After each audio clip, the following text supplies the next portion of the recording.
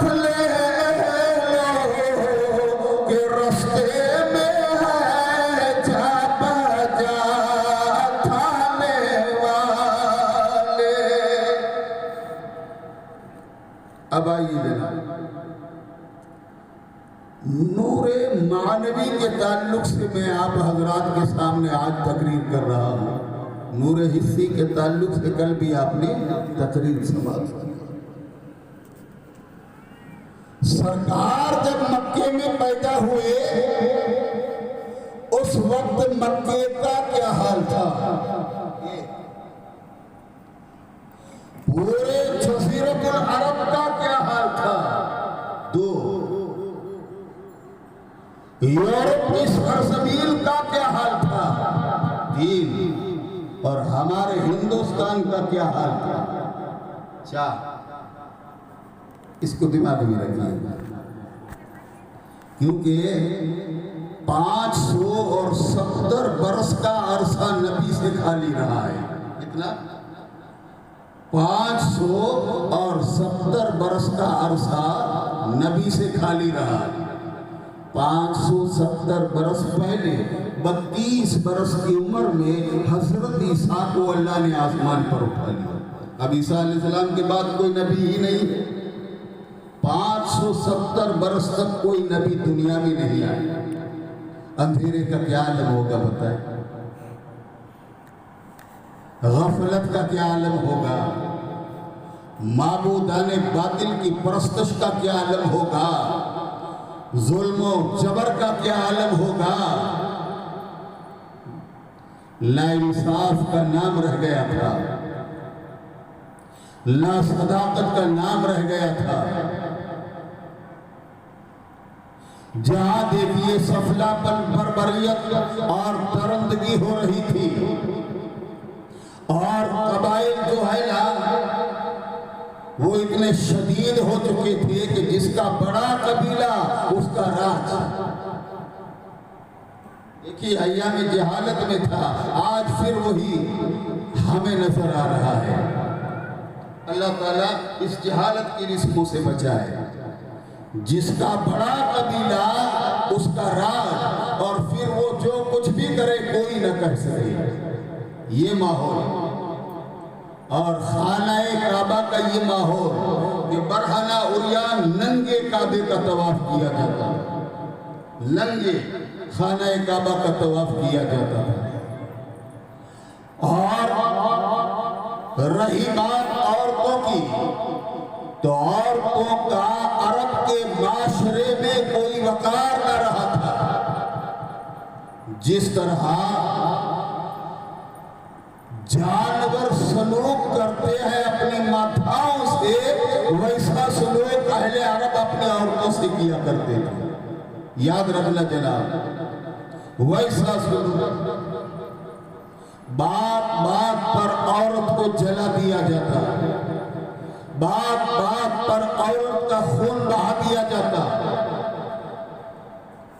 और जब उसका शौहर मर जाता तो उस औरत का हाल ये हो जाता था कि कोई अच्छे काम में उस औरत, बेवा औरत को शामिल नहीं करते थे। याद रखना जनाब, ये क्या है, ये जुल्मत है, ये अंधेरा है। और अगर किसी के घर पर शादी हो रही हो, शादी, और कोई बेवा वहां पर चली जाए जिसका शौहर इंतकाल कर गया हो, तो औरतें उसका हाथ पकड़कर निकाल देती थी, हट तू बेवा है, तू शौम है, ये शादी कामयाब नहीं है। अरे वो तो अय्याम जहालत था। मगर जनाब आज हमने सुना हमारे गांव में भी कुछ ऐसा हो रहा है, हमारे गांव में भी कुछ ऐसा हो रहा है कहीं कहीं पर, कि जिसका शौहर इंतकाल कर जाता है फिर उस औरत को शादियों की रसूमात में आने नहीं दिया जाता, दुल्हन के कपड़ों को पकड़ने नहीं दिया जाता। दोस्तों इन चीजों को तो रसूलुल्लाह ने 1400 बरस से ज्यादा अरसा हो गया मिटा दिया। आज तुम इन काफिरों की रिस्मों को फिर जिंदा करते हो। और जो बेवा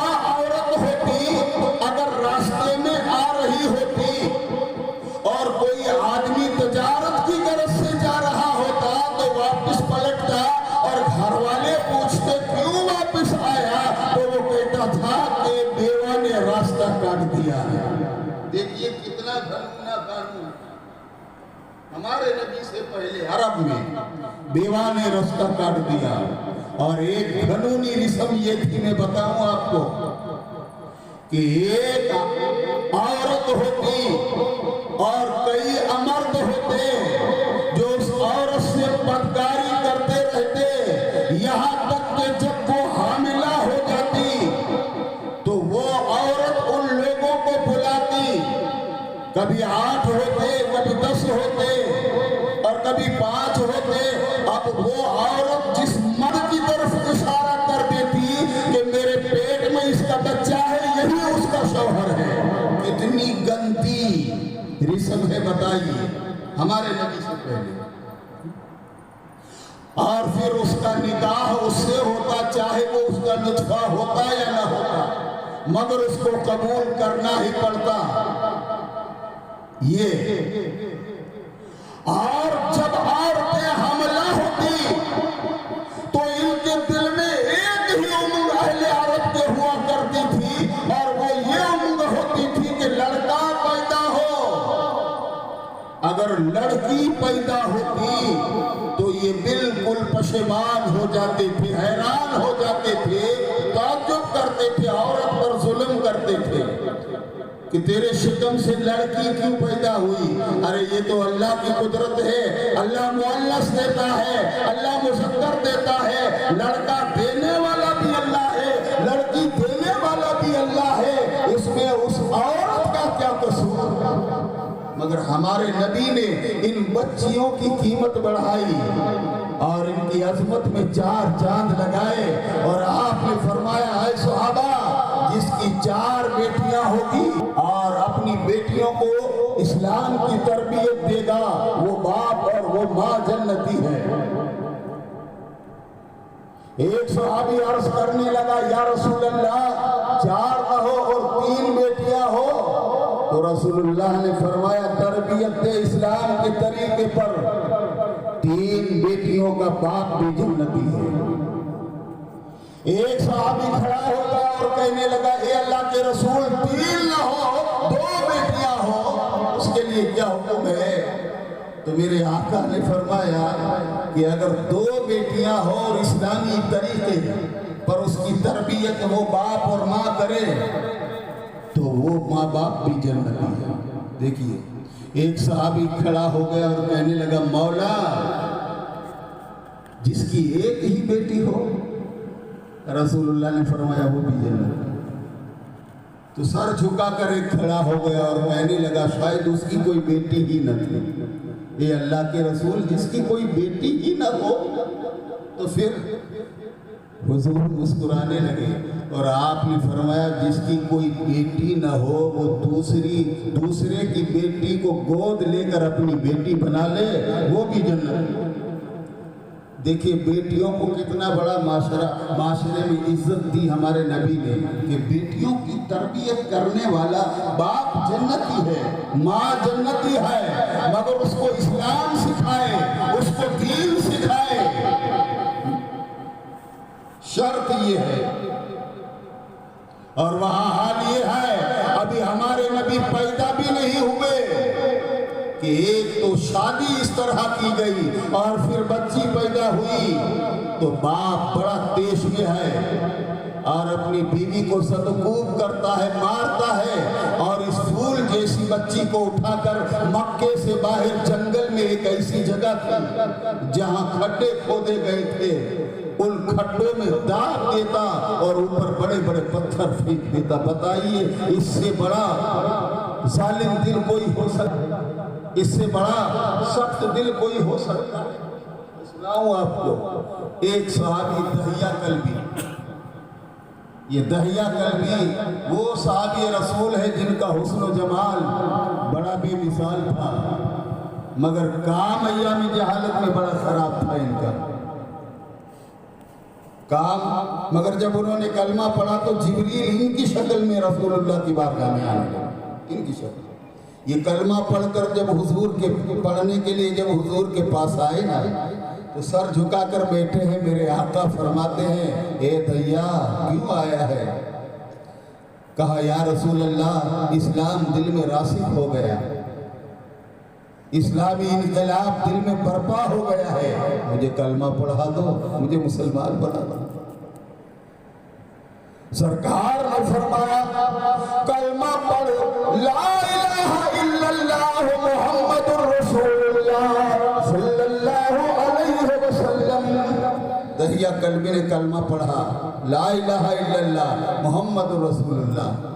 आपने उससे फरमाया दरिया मैं तुझसे एक सवाल पूछ रहा हूं, जवाब देगा?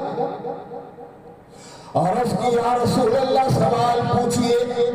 सरकार ने फरमाया कि अय्याम जहालत में तू कौन सा पेशा किया करता था, कौन सा रोजगार किया करता था, कौन सा धंधा किया करता था? तो ये दहिया रोने लगा, सर झुकाने लगा और सर झुका कर कहता है मौला मेरा पेशा मुझसे न पूछ, मेरा रोजगार मुझसे न पूछ, मेरा धंधा जो मैं करता हूँ मुझसे न पूछो। हुजूर फरमाते हैं भैया अना रसूलुल्लाह, मैं अल्लाह का रसूल हूँ, मुझे बता। तब उन्होंने सर उठाकर कहा मौला मक्के में जब किसी के घर पर बेटी पैदा होती बेटी, तो मैं ये काम किया करता था कि उजरत पर उस बेटी को लेकर एक खड्डा खोद कर उसमें दफन किया करता था और वो बाप मुझे उसका एवज दिया करता। सरकार ने फरमाया भैया मुझे ये बता कि तूने अपने हाथों से जिंदा कितनी बच्चियों को तरकोर किया है? दैया कहते हैं मौला गालिबन मैंने 70 बच्चियों को दफन किया। मेरे आका की आंखों में आंसू आ गए, आप थे ना रहमतल लिल आलमीन। कल्ब नबूवत पर ठेस लगी, सदमा लगा, बच्ची पर जुल्म की बात थी। सरकार ने फरमाया कभी 70 में से किसी पर तुझे रहम ना आया, रहम ना आया? तो कमौला एक बच्ची जिस पर मुझे रहम आया मगर फिर भी मैंने उसके ऊपर पत्थर गिरा दिया। मैंने जब मक्के से बाहर वो जगह है जहाँ खड्डे खोदे रखे हैं वहां उस बच्ची को मैंने अंदर डाला ना, तो उस बच्ची ने अपने हाथों को उठाकर मुझसे जिंदगी की भीख मांगी। गोया जबान से तो कुछ नहीं बोल सकती थी, इशारतन कह रही थी ए दैया मुझे किस कसूर में मारा जा रहा है, क्यों मेरा खून बहा रहे हो, बेकसूर मुझे क्यों कब्र में दबा रहे हो? जैसे ही हाथ उठे ना तो मेरा दिल तो पसीज गया, उसलिए कि रात जब बिल्कुल तारीख होती है तो सुबह की सूरज का पैगाम देने लगती, और सूरज जब बिल्कुल गुरूब होने के वक्त आता है तो रात की तारीकी का पैगाम देने लगता। मेरे पास आया है कलमा पढ़ ला इलाहा इल्लल्लाह मुहम्मदुर रसूलुल्लाह। या रसूलुल्लाह ऐसे गुने किए हैं मैंने, क्या मेरे गुने माफ हो सकते हैं? हुजूर ने फरमाया कि इस्लाम वो धर्म है, इस्लाम वो दीन है जो कुफर के तमाम गुनाहों को मिटा देता है। कलमा पढ़, आज से तू अल्लाह का बंदा है, आज से तू मुसलमान है। ऐसा माहौल मक्कतुल मुकर्रमा। अरे तारीख मैंने इब्न जौज़ी की पढ़ी, उसमें लिखा हुआ था कि एक पानी का चश्मा होता था। सुनिए जानकारी की बातें, पानी का चश्मा होता और 2 कबीले वाले घोड़ों को लेकर और सबकत पर झगड़ा हो जाता। सबकत पर ये कहता है मैं पानी पहले पिलाऊंगा अपने घोड़े को, और वो कहता है मैं पहले पानी पिलाऊंगा अपने घोड़े को। इस पर चढ़ा चढ़ी होती, हरीफाई होती, सबकत होती है ना। फिर झगड़ा छिड़ जाता तो ये झगड़ा 100 बरस तक जारी रहता और सैकड़ों नहीं बल्कि हजारों जाने तलफ हो जाती। बात कितनी थी, सिर्फ इतनी सी बात पर झगड़ा, हजारों जाने तलफ हो गई, हजारों का खून बह गया। बताओ क्या वो अय्याम जहालत लौट कर हमारे माशरे में नहीं आ गया? याद रखना जनाब, आज पैगामी तकरीर कर रहा हूं। क्या वही माशरा लौट कर वही माशरा वही बातें लौट कर हमारे माशरे में नहीं आ गई है? आज भी थोड़ी सी बात होती है, बस फसाद शुरू, झगड़ा शुरू, यहाँ खून बह रहा है, यहाँ खून बह रहा है, बस दुश्मनी ही दुश्मनी, सलाम बंद, कलाम बंद। ऐ मुसलमानों, अपने गिरेबाने में झांको और सोचो, क्या ये मुसलमान का काम है? ये तो जाहिलियत के अय्याम में काफिर किया करते थे, जो आज तुम कर रहे हो। और मक्का मुकर्रमा में एक खराब बात ये, अहले अरब में एक खराब बात ये कि हमेशा किसी की इज्जत को नहीं सोचा जाता था, तस्लील को सोचा जाता था, जिल्लत को सोचा जाता था। मैं बड़ा हो जाऊं और इसकी जिल्लत हो जाए, इसकी इज्जत खत्म हो जाए, वो चीज बताओ क्या लौट कर आज हमारे पास नहीं आ गई है? सोचो, आ गई है कि नहीं? किसी को अगर अल्लाह ने इज्जत दी है तो कुछ आदमी पीछे पड़ जाते हैं कि इसकी इज्जत को गिरा दिया जाए, इसकी इज्जत को खाक में मिला दिया जाए। सुनो कलमा पढ़ने वालों, ये काफिरों का काम था, मुसलमानों को तुमने अपना लिया है, ये तुम्हारा काम नहीं है। इज्जतें देने वाला अल्लाह है। अल्लाह ने कहा है कि वो तो इज्जो मन तशा वो तो जिल्लो मन तशा, इज्जतों को मैं देता हूँ और जिल्लतों को भी मैं देता हूँ, मगर तुम इज्जतों के काम करो तो तुम्हें इज्जतें मिलेंगी, और अगर जिल्लत के काम करोगे और इज्जत की तमन्ना रखोगे तो कभी अल्लाह तुम्हें इज्जत नहीं देगा। वो तो इज्जो मन तशा वो तो जिल्लो मन तशा, अल्लाह ही है जो इज्जतों को देने वाला है, और अल्लाह ही है कि जो जलील कर देने वाला है। आई बात, ये भी उस वक्त की बात। और एक बात और सुनिए, उस वक्त वहां क्या होता था कि कबाइल होते थे, कबीले होते थे, जिसका कबीला बड़ा उसका हुक्म चले, उसके सामने कोई सर उठा कर न चले, और उसके सामने कोई बड़े आवाज से बात न करे। क्यों? कि इसके कबाइल में बड़े बड़े गुंडे हैं, हमारा हाल क्या होगा? हमारा हाल क्या होगा? बेचारे गरीब लोगों का हक दबा दिया जाता था, यतीमों को मद्देनजर कर दिया जाता था, और वो लोग शोर शराबा उठाते और निहत्तों की गर्दनों को तलवारों से रंगीन कर दिया करते थे। तब भी इनसे कोई इंसाफ मांगने वाला न था, तब भी इनको कोई रोकने वाला न था कि आए यतीमों की गर्दनों को दबाने वालों, आए गरीबों का खून बहाने वालों, आए कबीले की शहसोरी चलाने वालों, अल्लाह से डरो, अल्लाह सब कुछ देख रहा है। अब जरा सोचो कि अय्यामी जहालत की वो रिस्म लौट कर हमारे माशरे में आ गई है कि नहीं? सोचिए, आ गई है, दिखाई देती है कि नहीं? सच बोल रहा हूँ, अल्लाह सच बोलने की तौफीक अता फरमाए, और सच को हमेशा राहत है, क्योंकि गौसे आजम की माँ ने कहा था, ए मेरे बेटे अब्दुल कादिर, मैं तुझे एक ही वसीयत कर रही हूँ कि तू जीलान से बगदाद पहुंच जाए, और बगदाद में जब तक जिंदा रहे मेरे बेटे झूठ कभी मत बोलना।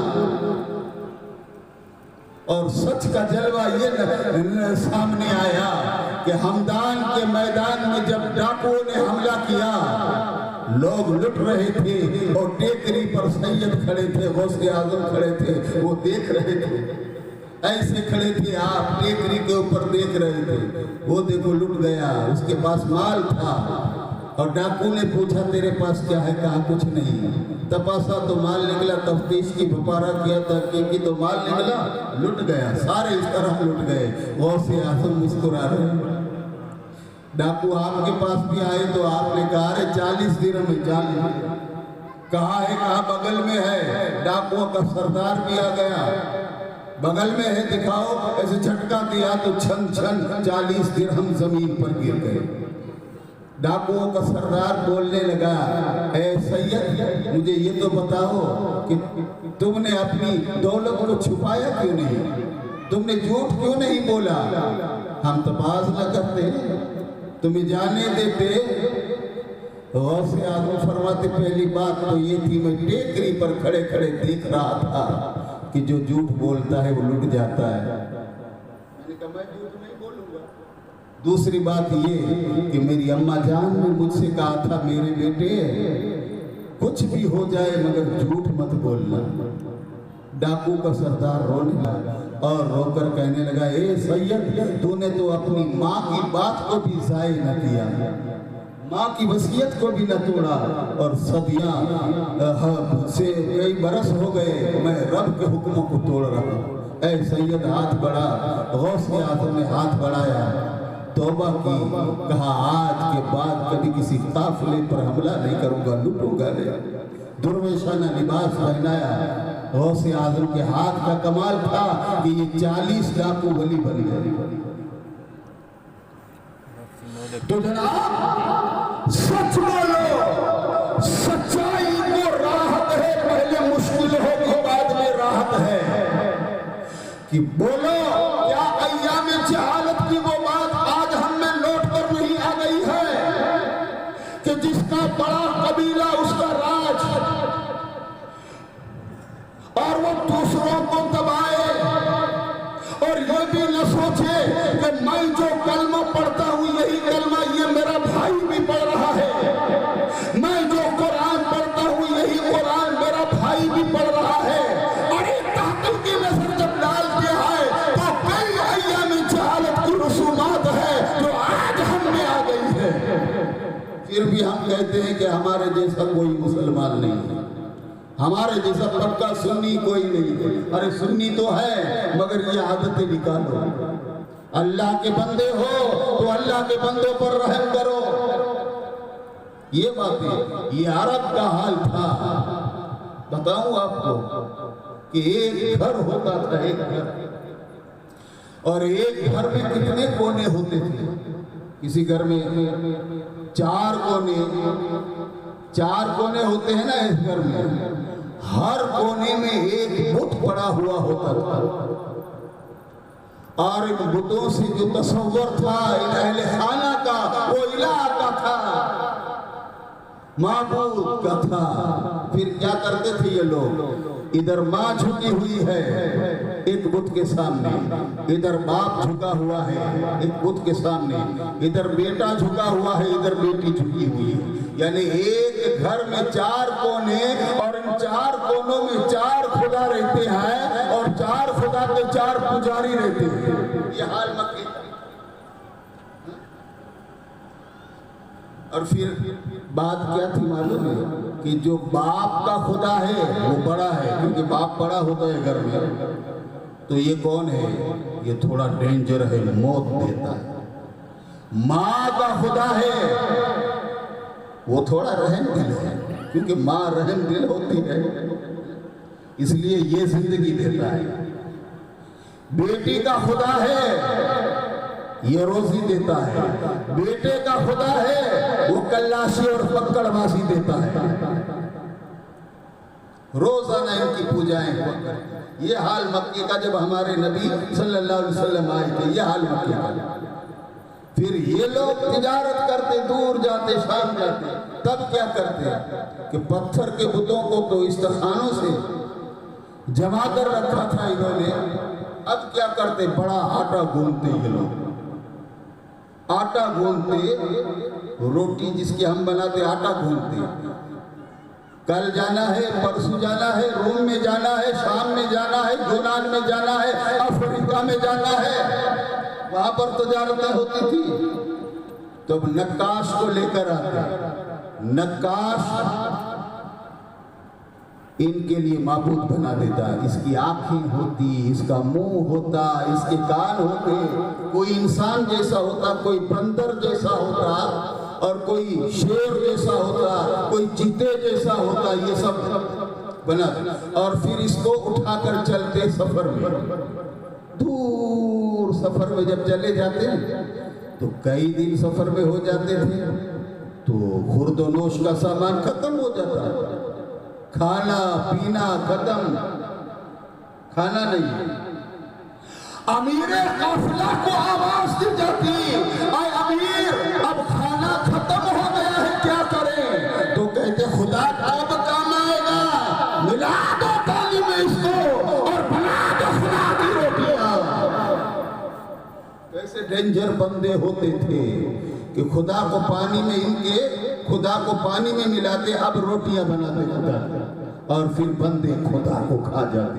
ऐसे माहौल में मुस्तफा तशरीफ ले आए, ऐसे माहौल में। इसलिए आला हज़रत फरमाते हैं कि सब नबी उजले उजलों में चमका किए, सब नबी उजले उजलों में चमका किए, पर अंधे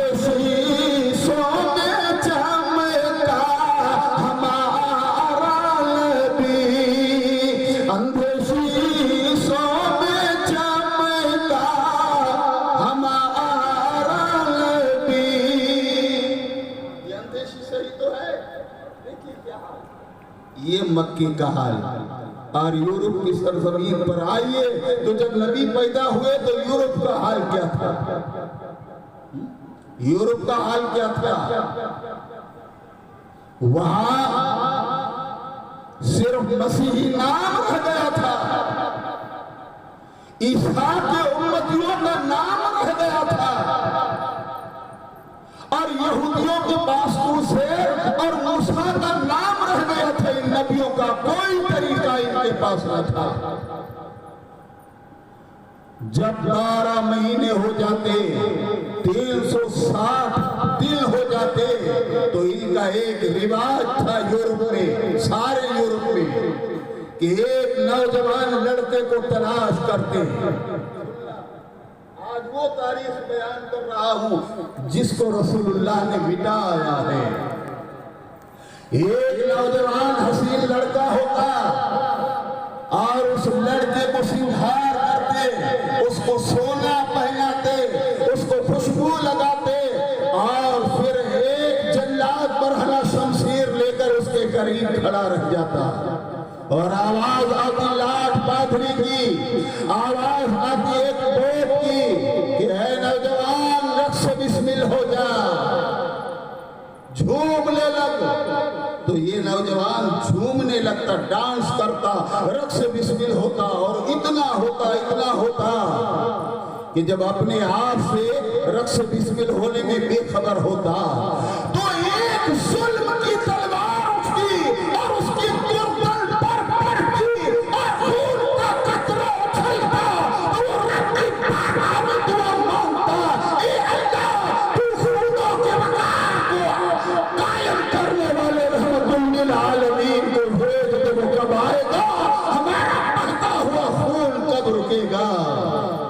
अल्लाह ये और हमारे हिंदुस्तान चहारदांगे आलम की बात करने में तो बड़ी देर लगेगी। हमारे हिंदुस्तान का हाल क्या है? हमारा हिंदुस्तान जो बुत परस्ती में लगा हुआ था, हमारा हिंदुस्तान जो दुनिया का सबसे बड़ा मुल्क है, याद रखना जनाब, दुनिया का सबसे पहला मुल्क हमारा हिंदुस्तान, और हमारे नबी को हिंदुस्तान से बहुत प्यार था यार, और इमाम हुसैन को भी हिंदुस्तान से बहुत प्यार था। आखिरी बात इमाम हुसैन ने ये कही थी कि नहीं कि ये रास्ता हिंदुस्तान की तरफ जा रहा है। ऐसा